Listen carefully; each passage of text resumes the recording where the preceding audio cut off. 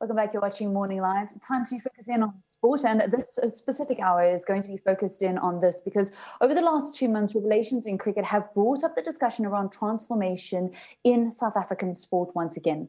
Since 2012, the sports departments have been tracking transformation with annual audits by the Eminent Persons Group Commission.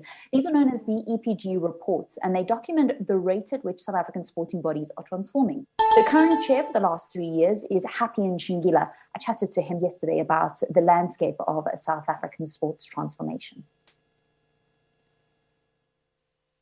Transformation, one cannot talk about transformation without looking at it from the lens of a South African and looking at it at our history, from our history's perspective.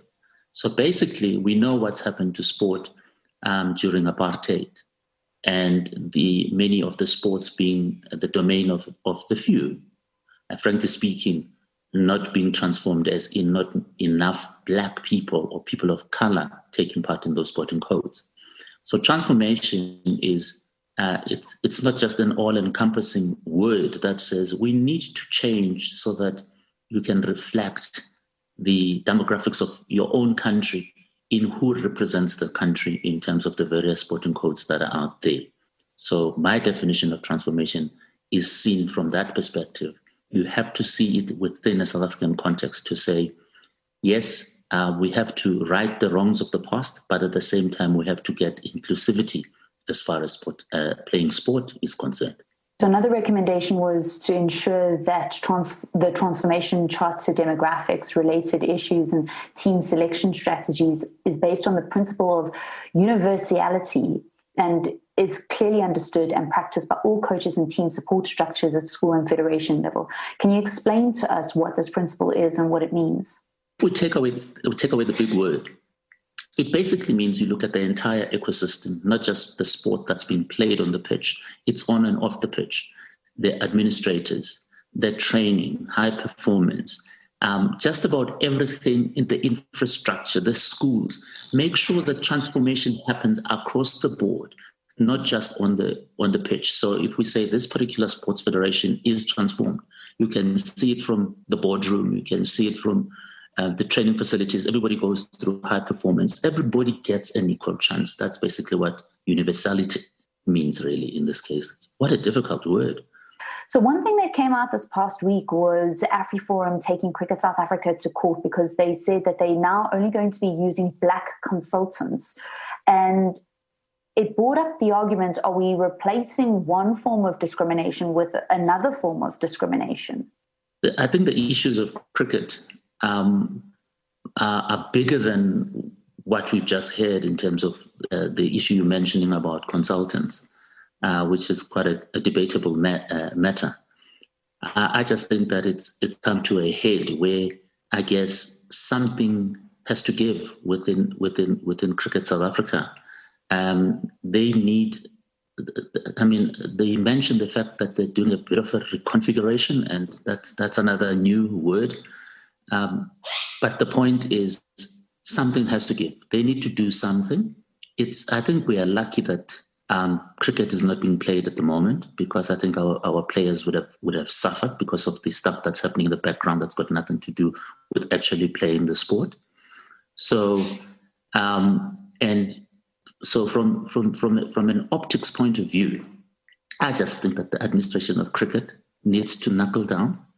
And they can't even get into a room and have a meeting. I really think that they need to do something about it and fix their house, get the house in order, and be seen to be doing something positive for the sport from the administration point of view as well, in order for that to translate into what happens on the pitch. So, yeah, cricket is just complicating by the day, unfortunately.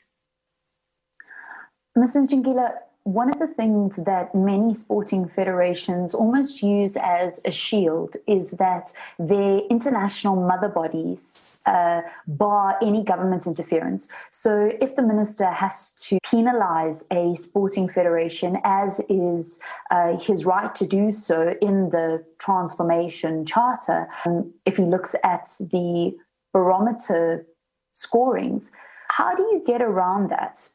I think our country is quite unique in that, we've lived with apartheid for a long time, and you can see the effects of that, even 26 years after democracy.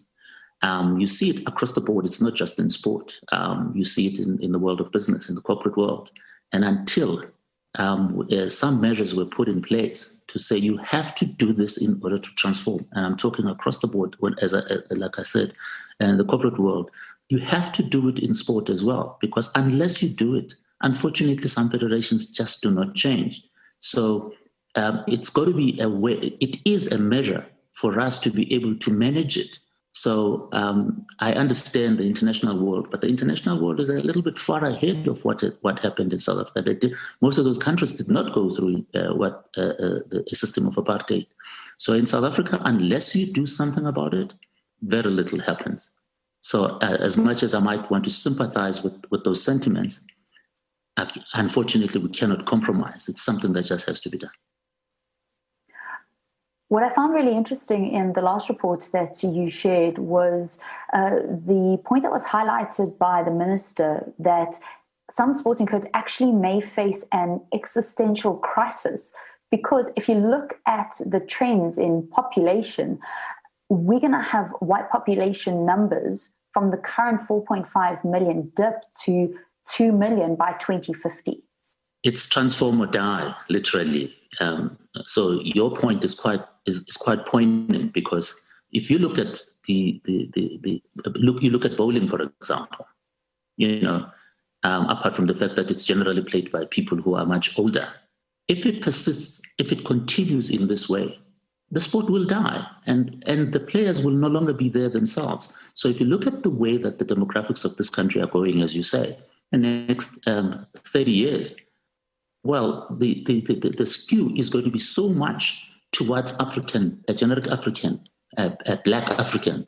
So if you do not transform, by the time we get to that point, some of these sporting codes will have died, and there would be no players if it remains white.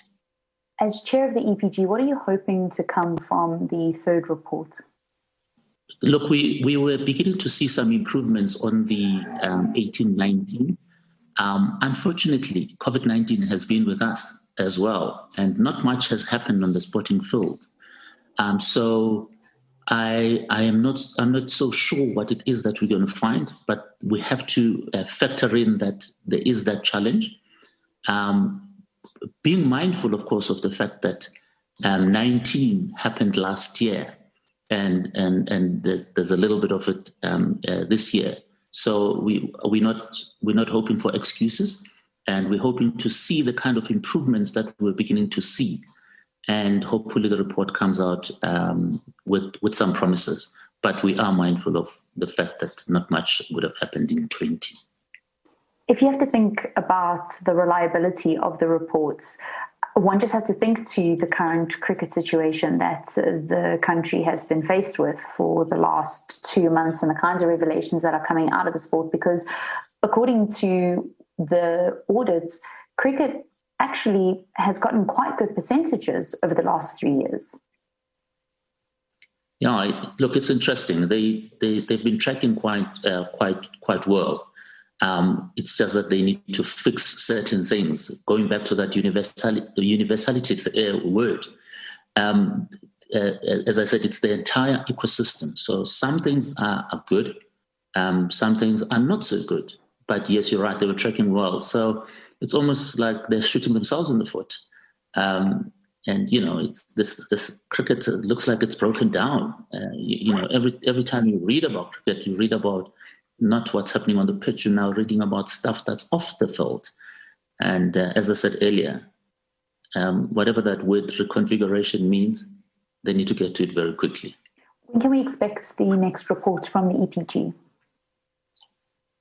Well, the audits we're busy with the audits now, well, at least by October.